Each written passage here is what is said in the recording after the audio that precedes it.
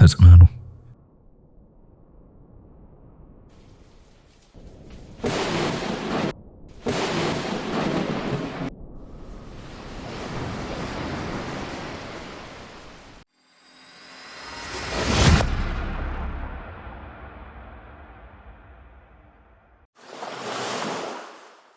ተአምር ማለት ማዕበሉ መቆሙ ብቻ ይመስለናል።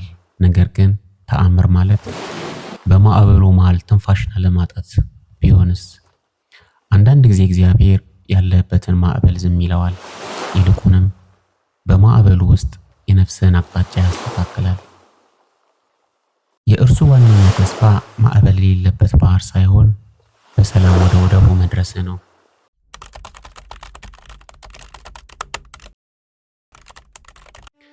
ከሁለት ዓመት እስር በኋላ የጳውሎስ መዳረሻ ታወቀ። ሮም በቄሳር ፊት ለመቆም ጉዞ ተጀመረ። ነገር ግን ወቅቱ መሽቶ ነበር። መልካም ወደብ ወደ ተባለ ስፍራ ደረሱ። ስሙ መልካም ቢሆንም ለክረምት መጠለያነት ግን አይመችም ነበር። በልምድ የታጀበ የሰው ጥበብ ተናገረ። ቀጥል፣ ትንሽ ነው የሚቀረው፣ የተሻለ ወደብ ይጠብቀናል አለ። መቶ አለቃውም በጳውሎስ ምክርና በመርከብ መሪው ሐሳብ መካከል አመነታ። የሰው ልጅ መረዳት የመርከብ መሪውን ሐሳብ መረጠ። እናንተ ሰዎች ሆይ ይህ ጉዞ በጭነቱና በመርከቡ ብቻ ሳይሆን በነፍሳችን ደግሞ ጉዳትና ብዙ ኪሳራ እንዲሆን ያለው። ነገር ግን መቶ አለቃው ከእግዚአብሔር እስረኛ ይልቅ የመርከቡን መሪ አመነ። የደቡብ ነፋስ ቀስ ብሎ መንፈስ ሲጀምር እቅዳቸው የተሳካ መሰላቸው። መልኩን አንስተው ጉዟቸውን ቀጠሉ። ይህም የሚያውቁት የመጨረሻው የጸጥታ ቅጽበት ነበር። ከዚያም አውራቂስ የሚሉት ንፋስ መታቸው። ንፋስ ብቻ አልነበረም፣ ጩኸት እንጂ። መርከቧን መቆጣጠር አልተቻለም። ንፋሱ ወዳለበት አቅጣጫ ከመነዳት ውጪ አማራጭ አልነበረም። የሚችሉትን ሁሉ አደረጉ። ጥበባቸውንና ጉልበታቸውን ተጠቀሙ። ሀብታቸውን ጣሉ። ከዚያም የመርከቡን ዕቃዎች ጣሉ። ለ14 ቀናት ፀሐይም ሆነ ከዋክብት አልታዩም። ጨለማና የሞት ፍርሃት ብቻ ሰፈነ። የመዳን ተስፋ ሁሉ ተቆረጠ። የሰው ጥበብ ሲከሽፍና አቅም ሲያልቅ ምን ይቀራል? መርከቧ ውስጥ ይዘው የገባው እውነት ብቻ። እናንተ ሰዎች ወይ ሰምታችሁኝ ቢሆን ኖሮ ከቀርጤስ ባልተነሳችሁም ነበር። ይህንን ጉዳትና ኪሳራ በራሳችሁ ላይ ባላነጣችሁም ነበር። አሁንም ቢሆን አይዟችሁ ብዬ እመክራችኋለሁ። ከመርከቧ በስተቀር ከናንተ የአንዱ ስንኳ ነፍስ አይጠፋምና የማመልከውና የእርሱ የሆንኩት የእግዚአብሔር መልአክ በዚች ሌሊት በአጠገቤ ቆሞ ነበርና።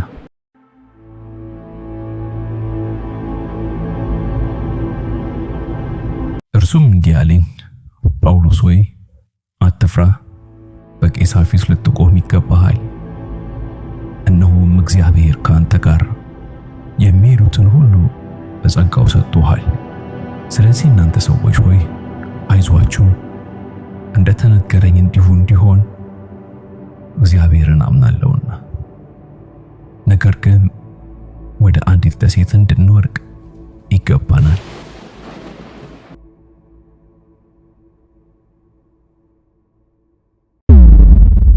ከሰማይ የተሰጠ ተስፋ ቢኖርም እንኳ ፍርሃት ሁልጊዜም በጓሮ በር ማምለጫን ይፈልጋል። መርከበኞቹ እነዚያ በሕይወት የመትረፍ ጥበብ የተካኑት የማምለጫ ዕቅድ አወጡ። ከመርከቧ ፊት ለፊት መልሕቆችን የሚጥሉ መስለው በመቅረብ ብቸኛዋን የታዳጊ ታንኳ ወደ ባህሩ ማውረድ ጀመሩ። እነዚህ ሰዎች ከመርከቧ ባይቆዩ እናንተ ልትድኑ አትችሉም። እምነት እጅግ ፈታኝ በሆነ ቅጽበት ተገቢ ያልሆነና ከተለመደው አስተሳሰብ ውጪ የሆነ ድርጊት ሊመስል ይችላል። ይህም ማለት መለኮታዊውን ቃል ብቻ ለመደገፍ ስትል ያንተን የመጨረሻና ምርጥ የሚመስል የሰውኛ ዕቅድ ቆርጠህ መጣል ነው። በዚያ በሚያገሳ ጨለማና በጥፋት አፋፍ ላይ ጳውሎስ የእግዚአብሔር ሰዎች ሁልጊዜ የሚያደርጉትን አደረገ። እግዚአብሔርን አመሰገነ። በዚህ ጊዜ አንድ ነገር ተሰበረ። መርከቡ አይደለችም፣ ተስፋ መቁረጥ እንጂ። እርሱ መብላት ሲጀምር በሕዝቡ መካከል የመነቃቃት ስሜት ተሰራጨ። በፍርሃት ከሚመነጭ ግርግር ይልቅ በእምነት የሚታደስ ብርታትን መረጡ። ተስፋው እየተፈጸመ ነበር። ነገር ግን ልክ እግዚአብሔር እንዳለው መርከቧ በሚያስደነግጥ ድምፅ እየተሰበረች ነበር። አይሆንም፣ ዋና የምትችሉ ቀድማችሁ ዝለሉ፣ የቀራችሁት ደግሞ ሳንቃዎችን ወይም የመርከቧን ስርጓሪዎች ተጠቀሙ። ቀደም ሲል የነቢዩን ማስጠንቀቂያ ችላ ብሎ የነበረው የመቶ አለቃው አሁን ግን ጳውሎስን ለመጠበቅ ሲል ስራውን ለጥቃት አጋለጠ። እምነት በቅርብ ሲመለከቱት ተላላፊ ነው። እንዲህም ሆነ። መርከቧ ጠፋች፣ ንብረቱ ሁሉ ወደመ። ነገር ግን እያንዳንዱ ነፍስ ተረፈ። ማዕበሉ ያሰበውን የጥፋት ጥግ አድርሷል። እቅዳቸውን፣ መርከባቸውን፣ ዋስትናቸውንና ቁጥጥራቸውን ቀምቷቸዋል። ነገር ግን የተሰጠውን ተስፋ ሊቀማቸው አልቻለም። ያደረሳቸውም ወደ ሮም ሳይሆን ወዳልታሰበ ዳርቻ ነበር። ያ ቦታም ያልተጠበቀ አገልግሎት፣ ደስታና ተአምራት ያለበት ስፍራ ነበር። የጳውሎስ እምነት ማዕበል አይመጣም የሚል አልነበረም። እምነቱ እግዚአብሔር ለእኔ ያለው ዓላማ በማዕበል አይሰጥምም የሚል እንጂ። በመጨረሻም የእርሱ መረጋጋት ለእርሱ ብቻ አልነበረም፣ ለሌሎቹ 275 ሰዎች የመትረፊያ መድን ሆነ። ዛሬም እግዚአብሔር መልእክት አለው። የአንተ ወይም የአንቺ ማዕበል እንደ ጥንቱ ዘመን አውራቂስ የሚል ስም ላይኖረው ይችላል። ስሙ ምናልባት የህመም ምርመራ ውጤት፣ ከስራ መባረር፣ የጋብቻ መፍረስ፣ ጭንቀት ወይም ድብርት ሊሆን ይችላል። መሰረታዊ እውነት ግን አይለወጥም። እግዚአብሔር የገባልህ ቃል ውሃ አይነካህም፣ አትፈራም ወይም የእቅዶች መርከብ አይሰበርም የሚል አይደለም። የእርሱ ቃል የአንተ ማንነት፣ ዓላማህና የህይወት ትርጉም ፈጽሞ እንደማይሰጥምና እንደማይጠፋ ነው። ስለዚህ በማዕበልህ ውስጥ ያለው ጥያቄ ይቀየራል። ጥያቄ ጌታ ሆይ ይህን ማዕበል ጸጥ ታደርገዋለህ የሚል መሆኑ ቀርቶ ጌታ ሆይ ሌሎች ነገሮች ሁሉ ከመርከቧ ላይ ተጥለው በሚጠፉበት ጊዜ እኔ ጸጥ ታደርገኛለህ? አጥብቄ የሚይዘውን እርግጠኛ ተስፋ በልቤ ውስጥ ትተክላለህ የሚል ጥያቄ ይሆናል። መልእክቱ ይህ ነው። እምነት ማለት መርከቧ ትሰበራለች በሚለው በሚያስፈራና በሚያደነቁር እውነታ ውስጥ ሆነ አንተ ግን በሰላም ትደርሳለህ የሚለውን የእግዚአብሔርን ቃል ለማመን የምታሳየው ድፍረት ነው። እስከዚህ ሰዓት አብረውን ከቆዩ ይህንን ጸሎት አብረን እንጸልይ። አምላኬ ሆይ ያለሁበትን ማዕበል አንተ ታያለህ።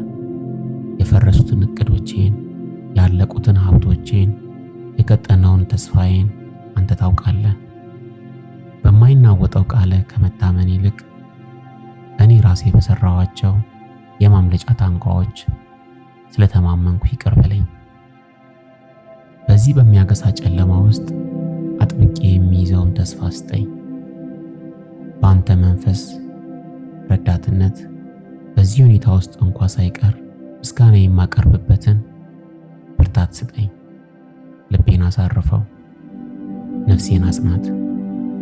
ጉዞ ቀላል ስለሆነ ሳይሆን ያንተ ታማኝነት እርግጠኛ ስለሆነ እኔንም ሆነ በእኔ ጥበቃ ስር ያሉትን ሁሉ ወደ ፍቃድ ዳርቻ በሰላም አድርሰን። አሜን። ይህንን ጸሎት አብረውን ከጸለዩ ከዚህ በታች ባሉት አስተያየቶች ላይ አሜን ብለን እንጻፍ። ሁላችንንም ያበረታታናል። እስካሁን አብራችሁን ስለቆያችሁ ተባረኩ። አስታውሱ፣ በማዕበል ውስጥም ብናልፍ እግዚአብሔር ለተናገረን ነገር ታማኝ ነው።